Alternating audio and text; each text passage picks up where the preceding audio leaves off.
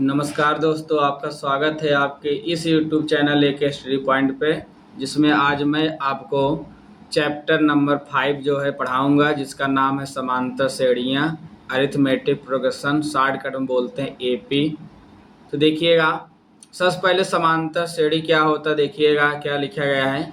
एक समांतर श्रेणी संख्याओं की एक ऐसी सूची होती है, मतलब क्रम होता है, जैसे आपका लिखा गया है 1, 2, 3, 4। ये बोला गया कि एक समांतर श्रेणी जो है संख्याओं की एक ऐसी सूची होती है जिसमें प्रत्येक पद अपने पद में एक निश्चित संख्या जोड़ने पर प्राप्त होता है। मतलब जैसे 4 लिखा है, इसमें एक निश्चित संख्या जोड़ने पर हमें क्या मिला 5। देखो कैसे, देखिएगा 1 है, जब हम जो है हमारा ये क्या है 1 है, तो हम जब 1 में हमने क्या जोड़ा, 1 जोड़ा, तो हमें क्या मिल गया 2 मिल गया।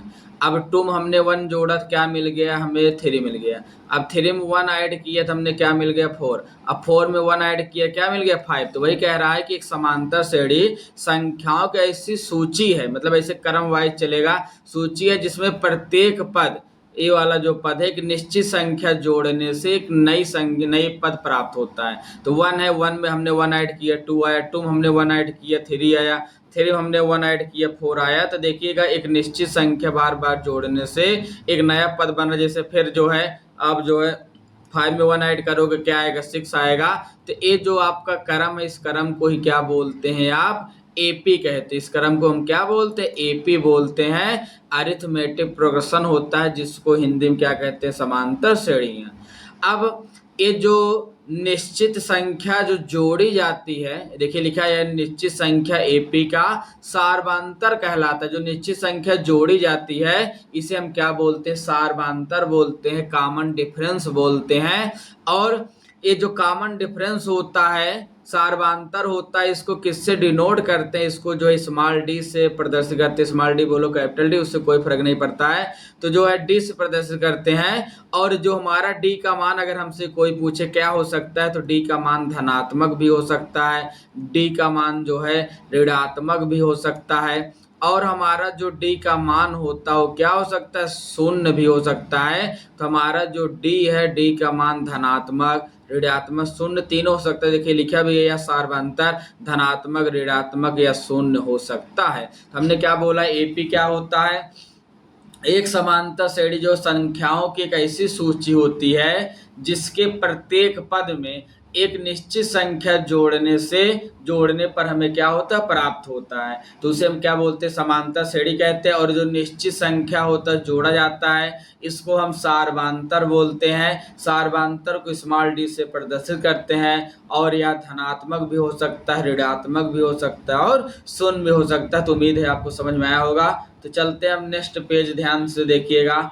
यहाँ पे क्या लिखा है, ए कामा ए प्लस डी कामा ए प्लस 2d कामा ए प्लस 3d है। यह समांतर श्रेणी को निरूपित करती है। जो आपको दिया है, ये जो आपका होता है ए कामा ए प्लस डी कामा ए प्लस 2d कामा ए प्लस 3d कामा ए प्लस 4d, इसी तरह आगे बढ़ता हुआ चला जाता है। तो ये आपको जो दिया है समांतर श्रेणी को निरूपित करता है, निरूपित मतलब व्यक्त करता है, जिसका यहाँ पे जो ए लिखा है, इस ए को हम क्या बोलते हैं, प्रथम पद। जो हमारा ए लिखा है, ए को हम क्या कहते हैं, प्रथम पद कहते हैं, फर्स्ट टर्म बोलते हैं। और ये हमारा जो डी लिखा है, अभी हमने आपको बताया ही था कि डी को हम क्या बोलते हैं, सार्वअंतर बोलते हैं। डी को हम क्या बोलते हैं, सार्वअंतर बोलते हैं। और इसे एपी का व्यापक रूप कहते हैं। जो लिखा गया है ए कामा ए प्लस डी कामा ए प्लस 2d कामा ए प्लस 3d, जो आपका पद लिखा गया है, इस पद को हम क्या बोलते हैं, व्यापक रूप बोलते हैं। किसका व्यापक रूप बोलते हैं, एपी का। तो ये हमारा क्या कहलाता है, एपी का व्यापक रूप कहलाता है। तो चलिएगा अब इसके आगे और देखते हैं। अब हमारा देखिएगा क्वेश्चन आ गया है, तो हमसे देखिएगा क्वेश्चन क्या कह रहा है। कह रहा है प्रश्नावली 5 पहला क्वेश्चन, निम्नलिखित स्थितियों में से किन स्थितियों में संबद्ध संख्याओं की एक सूची एपी है और क्यों। बोला है कि आपका जो ये दिया गया है एपी में है और क्यों है, यही आपको बताना है। तो देखिएगा पहला क्वेश्चन क्या बोल रहा है, प्रत्येक किलोमीटर के बाद का टैक्सी का किराया जबकि पहले किलोमीटर के लिए किराया 15 रुपये, मतलब एक कोई टैक्सी का किराया है और जो है आपका टैक्सी का जो हमें किराया बोला है, जब कोई व्यक्ति पहले 1 किलोमीटर चलता है, कितना किलोमीटर चलता है, 1 किलोमीटर चलता है, तो वह 15 रुपये देता है। कितना रुपये देता है, 15। और बोला है प्रत्येक अतिरिक्त किलोमीटर के लिए 8 रुपये देता है, मतलब इसके बाद जितना किलोमीटर जाएगा 8 रुपये और बढ़ाता चला जाएगा। तो ये आपका पहला किलोमीटर हो गया। दूसरा किलोमीटर जो चला होगा तो 15 तो पहले किलोमीटर दिया होगा और दूसरा 8 किलोमीटर एक्स्ट्रा, 8 रुपये एक्स्ट्रा देगा अगले किलोमीटर के लिए। तो 15 जब हम 8 जोड़ेंगे क्या आ जाएगा, 23, 2 किलोमीटर हो गया। अगर 1 किलोमीटर और चलना चाहता हो 8 रुपये बढ़ाता चला जाएगा, तो 23 में 8 जोड़ेंगे 31 हो गया, और 31 में 8 जोड़ेंगे 39। इसी तरह ये आगे बढ़ता हुआ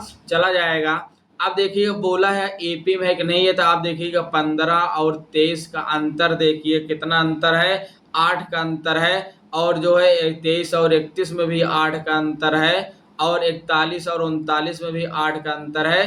तो जब एक निश्चित संख्या जोड़ने से 15 में 8 जोड़ रहे हैं 23, 23 में 8 जोड़ रहे हैं 31 हो गया, एक निश्चित संख्या जोड़ने से हमें अगला पद प्राप्त हो रहा है। तो ये आपका सार्वंतर जब आपस में बराबर हो, निश्चित संख्या जोड़ी गई हो, तो वह एपी कहलाता। लिखेंगे चूंकि यह एपी में है, चूंकि यह एपी में है, क्योंकि यह एपी में है, क्योंकि इनमें सार्वंतर डी 8 है।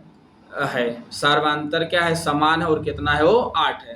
तो चलिएगा नेक्स्ट देखिए, नेक्स्ट क्या कह रहा है।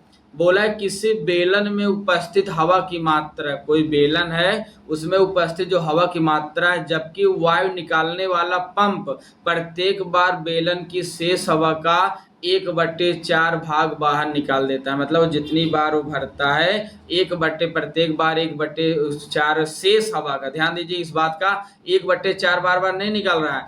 जो 1/4 भाग जब निकाले उसके बाद जो शेष बचे उसका 1/4 भाग क्या बाहर निकाल दे रहा है। तो हम क्या मान लेते हैं, माना जो पहला वाला जो है आपका, जो मान लेते पहली बार उसका जो था हवा की मात्रा कितना था, यक्स था, पहली बार यक्स हो गया।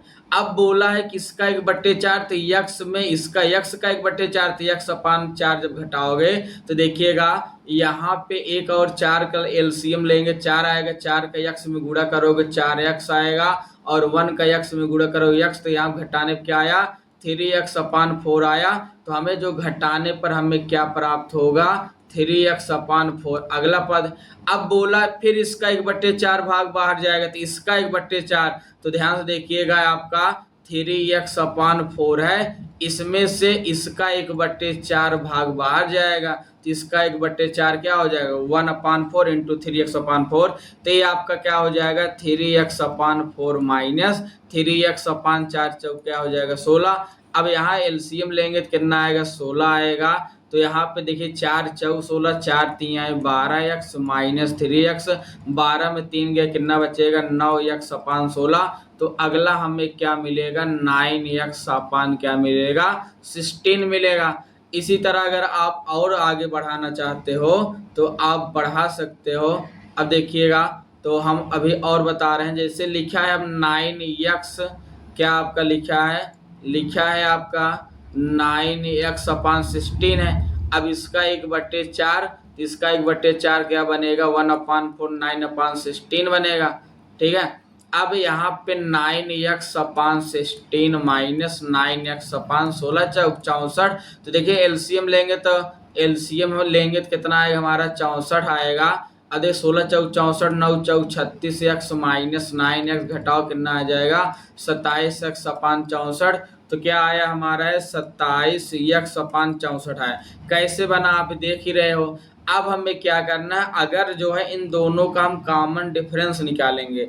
अगर कॉमन डिफरेंस जो है अगर बराबर आ गया तो बोल देंगे कि यह किस में है, आपका एपी में है। अगर कॉमन डिफरेंस अगर आपका बराबर नहीं आया तो हम कहेंगे यह जो है क्या है, जो है एपी में आपका नहीं है। तो चलिएगा ध्यान से देखिएगा, अब हम निकालने चल रहे हैं कॉमन डिफरेंस जो है। तो आपका देखिएगा कॉमन डिफरेंस क्या होता है, दूसरे वाले पद में से पहले वाले पद को घटा दो। तो दूसरा हमारा पद लिखा है 3x/4, उसमें हम जब x घटाएंगे तो आपका क्या आएगा, देखिए यहाँ 4 है तो ये आपका हो गया 3x माइनस 4x, कितना आएगा -x/4 आया पहला।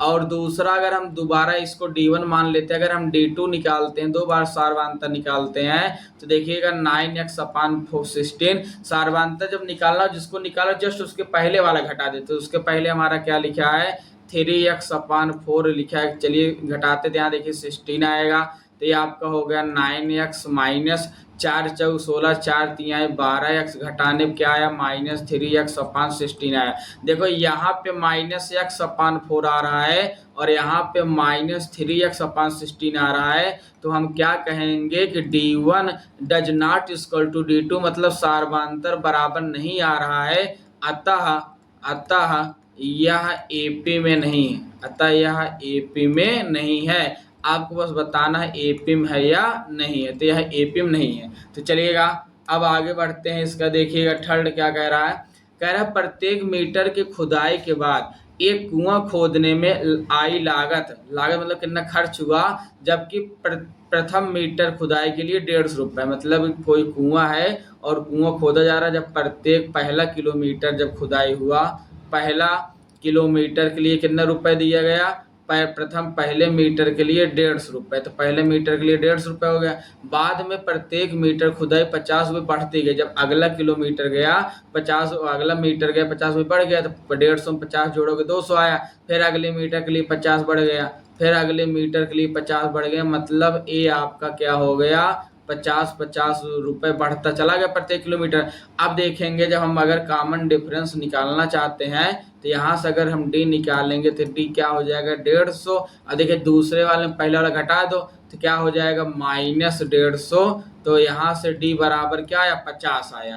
तो अब अगला जो है, अगला आपका d2 अगर आप निकालना चाहते हो तो d2 हमारा क्या होगा, d2 हमारा देखिए 250, उसके जस्ट पहले वाला घटा दो, पहला वाला क्या है 200 है, तो यहाँ से d2 हमारा कितना निकल गया 50 निकल गया। तो देखिए सार्वधातुक बराबर है तो लिखेंगे चूंकि d1 = d2, और जब सार्वधातुक बराबर होता है तो बोलेंगे यह एपी में है, यह किस में है एपी में है। तो चलिएगा उम्मीद है आपको समझ में आया होगा। अब जो है इसी प्रकार चलते हैं, तो देखिएगा बोला है कि खाते में प्रत्येक वर्ष मिश्रधन जबकि 10,000 की राशि 8% वार्षिक दर से चक्रवृद्धि ब्याज पर जमा होती है। तो देखिएगा चक्रवृद्धि ब्याज का जो हमें फार्मूला होता है ए बराबर, जो चक्रवृद्धि हमें ब्याज जो हमें मिलता है उसका फार्मूला क्या होता है, फार्मूला होता है ए बराबर पी ब्रैकेट में 1 + r/100 होल पावर n, चाहे n बोलो चाहे t बोलो। ए क्या है मिश्रधन होता है, पी मूलधन होता है, आर हमारा दर होता है, n हमारा क्या होता है समय होता है। तो यहाँ देखिएगा पहले के लिए जो आपका बनेगा, तो पहला है आपका तो 10,000 है, तो पहले वर्ष तो आपका 10,000 रहेगा, फिर आपका अगला क्या हो जाएगा 10,000 तो रहेगा ही रहेगा, उसके बाद जो है 1 प्लस यहाँ पे देखिए आर 8% ले रहा था r/100, और पहले साल के लिए आपका यहाँ पे क्या हो जाएगा 1 हो जाएगा। इसी तरह ये आपका अगला देखेंगे तो 10,000 फिर क्या हो जाएगा 1 + 8/100, और यहाँ पावर 2 हो जाएगा। तो देखिएगा आपको एक बात पता है कि जो आपका CI होता है, चक्रवृद्धि ब्याज को CI बोलते हैं, और जो है साधारण ब्याज को SI बोलते हैं। तो SI जो होता है हर साल मूलधन पे लगता है, लेकिन जो आपका CI जो होता है इसको फुल फॉर्म होता है कंपाउंड इंटरेस्ट, जो होता है हर साल मूलधन पे नहीं लगता है। जो हमें मूलधन और ब्याज प्राप्त होता है मिश्रधन, ये मिश्रधन पे लगता है और ये हमें मूलधन पे लगता है। तो मूलधन पे लगने वाला हर साल मूलधन पे लगेगा तो आपका एपी में होगा, लेकिन जब हर साल CI पे लगे तो एपी में नहीं होगा। तो आप इसको हल करोगे तो ये आपका कॉमन डिफरेंस अलग अलग आएगा, तो आप इसको हल कर लीजिएगा। अब चलते हैं हम जो नेक्स्ट क्वेश्चन बताते हैं, तो ध्यान से देखिएगा नेक्स्ट क्वेश्चन क्या है हमारा। बोला है कि दी हुई एपी के प्रथम 4 पद लिखिए। प्रथम कितने पद हमें बताना है, 4 पद बताना है, जबकि प्रथम पद ए और सार्वधातुक डी है। देखिए हमें आपको दिया है इसका पहला पार्ट हमारे सामने क्या है, ए बराबर दिया है 10 दिया है, और डी बराबर भी हमें क्या दिया 10 दिया है। अब हमसे बोला है कि इसमें हमें क्या बताना है, हमें इसमें इसके 4 पद बताना है। तो आपको देखिएगा पहला पद हमारा जो a1 होता है, a1 हमारे किसके बराबर होता है, 1 बराबर होता है। 1 वैल्यू 10 है तो आपका 10 हो गया। और दूसरा पद जो हमारा a2 होता है किसके बराबर होता है, तो दूसरा पद हमारा a प्लस डी के बराबर होता है। तो एक वैल्यू हो गया 10 धन डी का वैल्यू हो गया 10, तो 10 में 10 ऐड करो क्या हो जाएगा, 20 हो जाएगा। तो आपका a2 का मान कितना आया, 20 आया। अब अगर अगला हम लेते हैं a3 लेते हैं, तो a3 ध्यान देना a प्लस, अब जैसे डायरेक्ट कैसे बनाएंगे, 2a आपका d हो गया। अगर a3 तो a तो सब में आएगा, अब यहाँ 3 है तो यहाँ पे 2d बन जाएगा। इसी प्रकार देखेंगे अगर हमें a4 लेना हो तो a तो सब में आएगा, अब एक कम कर दिया करो, 4 में गए कितना आ जाएगा, 3, यहाँ 3d, आपका ये डायरेक्ट बन जाता है। तो यहाँ देखिए एक वैल्यू 10 धन 2 गुणे डी का वैल्यू भी हमारा 10 होगा। तो यहाँ देखिएगा 10 धन 10 गुणे क्या हो गया, 2 10 दूना 20, और 20 में 10 ऐड करो कितना आ जाएगा, 30 आ जाएगा। अब यहाँ देखिए एक वैल्यू हो गया 10 धन 3 गुणे, अब डी का वैल्यू है आपका 10, तो बराबर 10 धन 10 तिया 30, 30 में 10 ऐड करो क्या है, 40। हमसे 4 पद बोला था, तो एपी का हमारा जो 4 पद आ गया, जो हमारा एपी है उसका 4 पद क्या बना, पहला वाला है आपका 10, दूसरा वाला है आपका 20, तीसरा है आपका 30 और चौथा है आपका 40। तो ये हमारा क्या है, आंसर आ गया। तो उम्मीद है आपको समझ में आया होगा। अब चलते हैं इसका, देखिएगा नेक्स्ट आपका सेकंड क्या कह रहा है। तो देखिए आपका जो सेकंड क्वेश्चन है, सेकंड दिया है ए बराबर दिया है -2 और डी बराबर हमें 0 दिया है, और हमसे 4 पद पूछा है। तो आपका जो पहला पद जो है आपका जो a1 होता है, पहला पद आपका जो होता है a1 वो किसके बराबर होता है, 1 बराबर होता है, और एक वैल्यू आपका क्या है, -2 है। और दूसरा पद जो a2 होता है किसके बराबर होता है, अभी हमने बताया a प्लस डी के बराबर होता है। तो एक वैल्यू है -2, डी की वैल्यू है 0, जब -2 हम 0 ऐड करोगे तो -2 ही आएगा। अब तीसरा पद होगा हमारा a3, तीसरे पद को हम क्या बोलेंगे, a प्लस 2d बोलेंगे। एक वैल्यू है -2 धन 2 गुणे डी की वैल्यू क्या है 0, तो यहाँ पे -2 धन 2 का 0 में गुणा करो 0 आएगा। तो यहाँ भी वैल्यू क्या है, -2 आया। अब अगला पद अगर हम a4 लेना चाहें, a4 को हम क्या लिख सकते हैं, a प्लस 3d लिख सकते हैं। एक वैल्यू -2 धन 3 गुणे डी की वैल्यू है 0, तो यहाँ क्या आया, -2 धन 0, तो बराबर -2 आया। तो हमारा जो AP बनेगा, तो हमारा AP क्या होगा, -2 कामा -2 कामा -2 कामा -2, देखो यहाँ भी -2 आया, यहाँ भी -2 आया, यहाँ भी -2 आया, यहाँ भी -2 आया। तो हमारा जो AP बना क्या बना, -2 कामा -2 कामा -2 कामा -2। क्यों ये सेम आया, क्योंकि देखिए आपको मैंने पहले बताया था कि किसी भी पद में एक निश्चित संख्या जोड़ने से अगला पद बनता है, और निश्चित संख्या क्या होता है, डी। तो डी का मान 0, मैंने आपको बताया था डी का मान धनात्मक भी हो सकता है, ऋणात्मक भी हो सकता है, 0 भी हो सकता है। तो डी का मान देखिए 0 है, तो 0 है तो जोड़ने के बाद बार बार आप डी जोड़ते रहिए, नया पद बनता रहेगा। लेकिन 0 है तो इसलिए कोई फर्क उसके पद में नहीं आएगा। तो चलते हैं अब देखते हैं इसका तीसरा। तो देखिएगा तीसरा हमें हमारे सामने क्या लिखा है, तीसरा a बराबर 4 डी बराबर -3, जो हमारा तीसरा लिखा है। तीसरा हमारा क्वेश्चन क्या है, तीसरा हमारा क्वेश्चन है a बराबर 4 दिया और d बराबर क्या दिया, -3। अब देखो d का मान कैसा अगर ऋणात्मक, तो धनात्मक भी हो सकता है, ऋणात्मक भी हो सकता है, शून्य भी हो सकता है। तो चलते हैं हम आपका पहला पद निकालते हैं। तो पहला पद हमारा जो a1 होगा किसके बराबर होगा, 1 बराबर होगा, और एक वैल्यू क्या है, 4 है। दूसरा पद हमारा a2 क्या होगा, a प्लस डी के बराबर होगा, एक वैल्यू है 4 और डी की वैल्यू है -3 है। तो इसको हल करेंगे, देखेंगे 4 प्लस माइनस -4 में 3 गए 1 आएगा। अगला जब हम a3 निकालेंगे तो क्या होगा, a प्लस 2d 3 है तो वही एक कम कर दिया करो, एक वैल्यू 4 प्लस 2 गुणे डी की वैल्यू क्या है -3 बराबर 4 -3 दूना 6, और 6 में से 4 गए क्या बचेगा, -2। तो अगला हम a4 निकालेंगे तो a4 क्या बनेगा, a प्लस 3d होगा, और एक वैल्यू आपका जो है 4 है, धन 3 गुणे डी का वैल्यू आपका -3 है, तो बराबर आया 4 - 3 3 9, 9 में से 4 गए, क्या आया -5 आया। तो हमसे जो हमें AP बना, पहला हमारा पद देखिए A1 4 है, A2 हमारा 1 है, A3 हमारा -2 और A4 हमारा -5 है। तो ये आपका आंसर आया। तो उम्मीद है आपको समझ में आया होगा। चलते हैं अब इसका नेक्स्ट क्वेश्चन देखते हैं। चौथा क्या कह रहा है, A बराबर -1 D बराबर 1/2। तो हमें चौथा क्या दिया है, हमें चौथा दिया है A बराबर दिया है -1 और D बराबर दिया है 1/2। तो चलते हैं सबसे पहले A1 निकालेंगे। A1 हमारा A होगा और A को हम क्या बोलते हैं, A को ही पहला पद A1 बोलते हैं, और हमारा जो A1 है पहला पद है वो किसके बराबर है, -1 है। अगला पद हमारा A2 होता है, A2 को हम क्या बोलते हैं, A प्लस डी बोलते हैं। A का वैल्यू है -1 और D का वैल्यू है 1/2। यहाँ बट्टे 1 करेंगे, 1 और 2 का लासा लेंगे, 2 आएगा। देखेंगे 2 1 कम 2 प्लस 1 1 कम 1, 2 में 1 गया, -1 आएगा, -1/2 आपका दूसरा पद आया। चलते हैं तीसरे पद की तरफ। A3 निकालते हैं। A3 क्या होगा, A प्लस 2D होगा। जितना पद बोले उससे कम D ले लो। A का वैल्यू -1 है, धन 2 गुणे D का वैल्यू 1/2 है। देखें 2 से 2 ऊपर नीचे कैंसिल हो गया, तो यहाँ बचा -1 धन 1, तो 1 में 1 जाए, क्या आएगा 0 आ जाएगा। अगला पद अगर हम A4 निकालना चाहे तो A4 क्या बनेगा, A प्लस 3D बनेगा। A का वैल्यू -1 धन 3 गुणे D का वैल्यू क्या है 1/2 है, तो यहाँ क्या आएगा -1 प्लस 3/2 आएगा। तो 1 और 2 का एलसीएम लेंगे, 2 आएगा।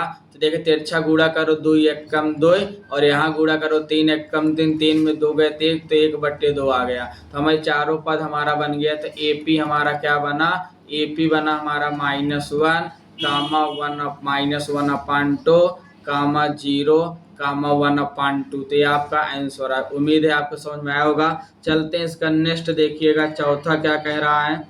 तो आपका नेक्स्ट जो है देखिए, आपका जो पांचवा क्वेश्चन है, A बराबर है -1.25 और D बराबर है -0.25। तो चलते हैं देखिएगा, नेक्स्ट हमारा जो आपका क्वेश्चन है, इसका जो 5 नंबर है क्या कह रहा है, A बराबर -1.25 है और D बराबर दिया है -0.25।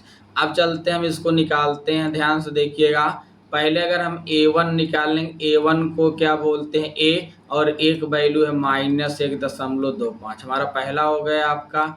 अब देखेंगे अगला हम A2 निकालें, दूसरा पद। A2 क्या होता है, A प्लस डी होता है। एक वैल्यू -1.25 धन D का वैल्यू -0.25। अब यहाँ पे इसको आगे -1.25 है, प्लस माइनस -0.25 हो गया। देखो माइनस माइनस होगा, प्लस ऐड कर लो। 5 में 5 जोड़ोगे 10 आएगा, 0 हासिल लगा 1, 2 दूना 4, 4 में 1 जोड़ोगे क्या आएगा 5 आएगा, और 1 में 0 जोड़ो 1 आएगा। देखिए 2 अंक पे लगा है दशमलव, तो 2 अंक पे आ जाएगा दशमलव, और यहाँ किसका चिन्ह लग जाए, माइनस का। तो हमारा दूसरा पद मिल गया।